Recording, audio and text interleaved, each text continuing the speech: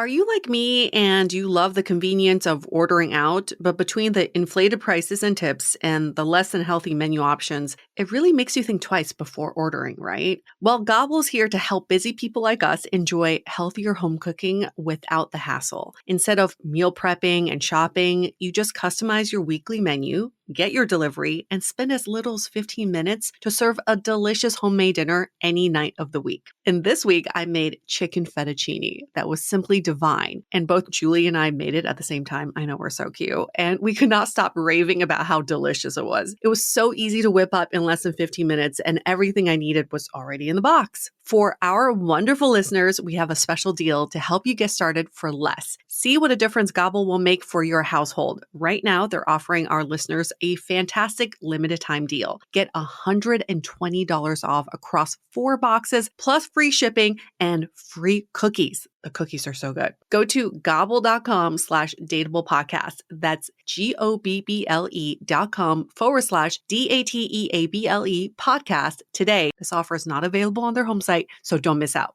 Hello, Dateables. Welcome to a Quickie with me, Julie. I wanted to talk in more depth about why dating is rarely as personal as it feels. This is a topic that is near and dear to my heart because I took dating way too personally for too long. In fact, I even still struggle with this even in a relationship. So yeah, this is something that is personal for me, and I know a lot of you all struggle with too. So I wanted to deep dive here a bit. And I know that other people struggle with this because we put up a post on Instagram a couple weeks ago that took off beyond what I was even expecting. So if you missed it or want a refresher, here's what the post said. When someone can't commit or show up for us the way we want, it's all too easy to take it personally. I wasn't good enough, attractive enough, successful enough, the list goes on. But what we've realized, rarely does it have to do with you. The ex that couldn't commit, still single. That partner who couldn't express their emotions, still apathetic. That person who ghosted, still a poor communicator. We're not saying this to put others down, but to remember that you're just one piece of the puzzle. By giving ourselves more compassion, we can use dating as a way to find the right partner instead of taking every action to be a reflection of ourselves. Whew.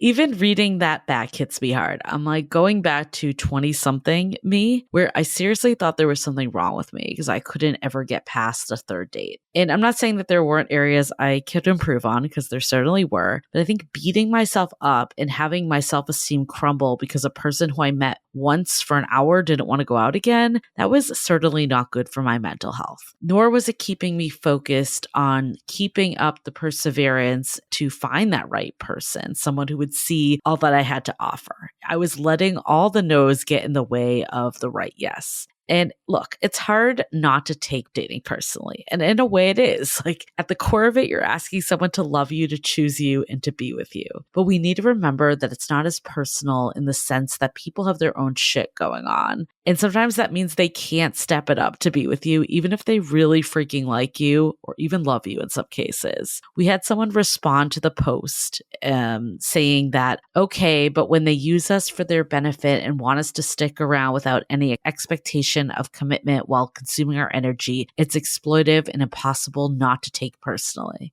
And look, we're not undermining this experience. Like it sucks. It's terrible. It's the worst when you're in this. But ultimately, it's not personal. Like they would likely do the same thing to anyone else that would let them. Our job when this happens is to walk away and to learn from it and see what is causing us to want to stay with people like this. So if there was one thing I could redo in my love life, it would be to not try to prove my worth when someone couldn't commit to me or said that they didn't really want to be with me. It's because I took it personally and made dating about validating myself instead of saying, okay, this isn't the right person for me and I'm going to move on to find someone who is. So you probably have heard me talk about this before, but it's definitely something that stays with me. I spent 2.5 years in a friends with benefits situationship. I don't even think the word situationship existed back then, but that is what it was. And that's because my ego was so tied to this. It was a friend that confessed his feelings for me. And then he backtracked saying like, actually, never mind. I don't want to be in a relationship, which in turn made me double down because I couldn't be rejected now by him. Someone I wasn't even interested in the first place. Like it's actually fucked up saying it now. Like what was I doing? But it was because I was taking dating so personally that got me here. Like I said up top, it's still something that creeps in for me. Like when my partner wasn't ready to move in and take things to the next level, my worthiness wound flared up big time. And I took it super personally. And I had to like sit through couples therapy where the therapist at times were like, I'm not hearing what you're hearing, to realize that it had more to do with his own stuff than me. And I honestly think that's 99% of the time. Like I also needed to trust that the right things would happen for me. And, in this situation, luckily we were able to move past it and get to that next level. And honestly, I'm glad that we took the extra time to get there. But even if we hadn't, like it still wouldn't have been as personal as I made it. Both people ultimately are coming in with their own shit and past to unpack in every dating situation. We just don't think about it because we're just thinking about ourselves and we don't know this person. And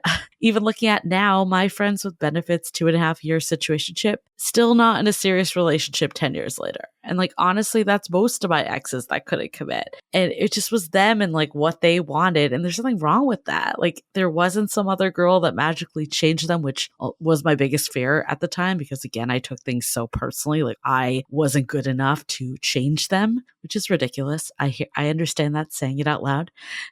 But even if there was another girl, like it still wasn't personal. Like they could have just been a better fit. It didn't mean like I was flawed or broken. And, by not taking rejection as personally, which is something I was able to get to the last time around dating, which I think greatly, greatly helped me. Like I was able to move through people that just weren't right. Either I recognized it or they did. And ultimately it led me to the person that was the right fit, my current partner. So hopefully this is helpful as a reminder that dating is rarely as personal as we make it. We're not going to be everyone's cup of tea, and that's okay.